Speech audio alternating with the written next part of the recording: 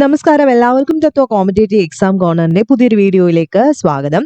അപ്പം നമ്മളോട് കുറച്ച് ദിവസങ്ങളായിട്ട് കുറച്ചേറെ കുട്ടികൾ, പ്രത്യേകിച്ച് പ്രൊബേഷൻ ഓഫീസറിനും ICDS സൂപ്പർവൈസറിനും നമ്മുടെ കോഴ്സിൽ ജോയിൻ ചെയ്തിരുന്ന കുറേ പേര് ചോദിക്കുന്ന ഒരു റിക്വസ്റ്റ് ആയിരുന്നു, വെൽഫെയർ ഓഫീസർ ഗ്രേഡ് 2 ക്ലാസ് തുടങ്ങാമോ എന്നുള്ളത്. അപ്പോൾ ഈ ഒരു വീഡിയോയിലൂടെ നമ്മൾ പറയാൻ പോകുന്നത് വെൽഫെയർ ഓഫീസർ ഗ്രേഡ് 2 ടോപ്പിക്സ് ഏതൊക്കെയാണെന്നും, പിന്നെ നിങ്ങൾക്ക് എല്ലാവർക്കും അറിയാം ഏകദേശം 1 ലക്ഷം രൂപയോളമാണ് ഇതിന്റെ സാലറി. കിട്ടിയാൽ നല്ലൊരു ജോലിയുള്ള ഒരു തസ്തികയാണിത്.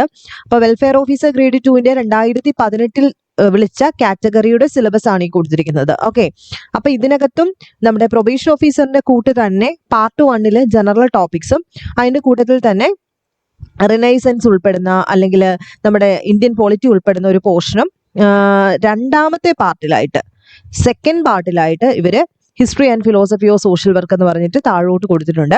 പ്രൊബേഷൻ ഓഫീസറിൽ നിന്നും വ്യത്യസ്തമായിട്ട് ഒരുപാട് ടോപ്പിക്സ് ഇൻക്ലൂഡ് ചെയ്തിട്ടാണ് ഈ ഒരു സിലബസ് പോകുന്നത്. അപ്പൊ കണ്ട എല്ലാവർക്കും അറിയാം, വാസ്റ്റ് സിലബസ് ആണ്. ഓരോന്നും കൃത്യമായി പഠിച്ചു കഴിഞ്ഞാൽ സിലബസിനകത്തു നിന്നും ചോദ്യങ്ങൾ ഉറപ്പായിട്ട് നിങ്ങൾക്ക് അറ്റൻഡ് ചെയ്യാൻ പറ്റും. Probation officer grade 2 question paper കണ്ട എല്ലാവർക്കും മനസ്സിലായല്ലോ. ഓരോ മോഡ്യൂൾസും കൃത്യമായി കവർ ചെയ്താൽ ആ മോഡ്യൂൾസിൽ നിന്നും ഉള്ള ചോദ്യം നമുക്ക് മിസ്സായി പോവില്ല. അതുപോലെ തന്നെ ആയിരിക്കും ഈ എക്സാമിന്റെയും പ്രത്യേകത. ഓരോ ടോപ്പിക്സും, ഫോർ എക്സാമ്പിൾ ഇപ്പോൾ സോഷ്യൽ വർക്കിന്റെ ഡെഫിനിഷൻ, ഇതൊക്കെ ആ ഒരു എക്സാം പഠിച്ച് എഴുതിയവര് ഓൾറെഡി പഠിച്ചിട്ടിരിക്കുന്ന കാര്യങ്ങളാണ്. അപ്പം നിങ്ങൾ ഒന്നും കൂടെ ഒന്ന് ഹാർഡ് വർക്ക് ചെയ്യുകയാണെങ്കിൽ ഈ ഒരു എക്സാമിന് നിങ്ങൾക്ക് നന്നായിട്ട് സ്കോർ ചെയ്യാനായിട്ട് സാധിക്കും. ഓരോ ടോപ്പിക്സും ഇൻ ഡെപ്ത് പഠിച്ചാൽ മതി. അപ്പൊ history and philosophy of social work, അതുപോലെ philosophical basis of social work, philosophical basis of social വർക്കിന്റെ ഓരോ മേഖലയും എടുത്തു ചോദിച്ചിട്ടുണ്ട്. Then sociology for social work, psychology for social work. ഇതിനകത്ത് കുറേയൊക്കെ നമ്മൾ എറിക്സണും കോൾബർഗും ഒക്കെ പഠിച്ചതാണ്. ചൈൽഡ് ബർത്തും ഇൻഫൻസി കൺസെപ്ഷനും പ്രീനേറ്റൽ സ്റ്റേജസ് ഒക്കെ ഓൾറെഡി നമ്മൾ കവർ ചെയ്ത് പോയിട്ടുണ്ട്. പിന്നെ theory and practice of counselling, നമ്മൾ നോക്കിയിട്ടില്ലാത്തൊരു മേഖലയാണ്. കൗൺസിലിംഗുമായിട്ട് ബന്ധപ്പെട്ട കൗൺസിലിംഗ് പ്രോസസ്സ്, പ്രിൻസിപ്പിൾ, അതിന്റെ ഫേസസ് ഉണ്ട്. ദെൻ കൗൺസിലിംഗ് എന്താണെന്നുള്ളതും, തിയറീസ് ഓഫ് കൗൺസിലിംഗ്.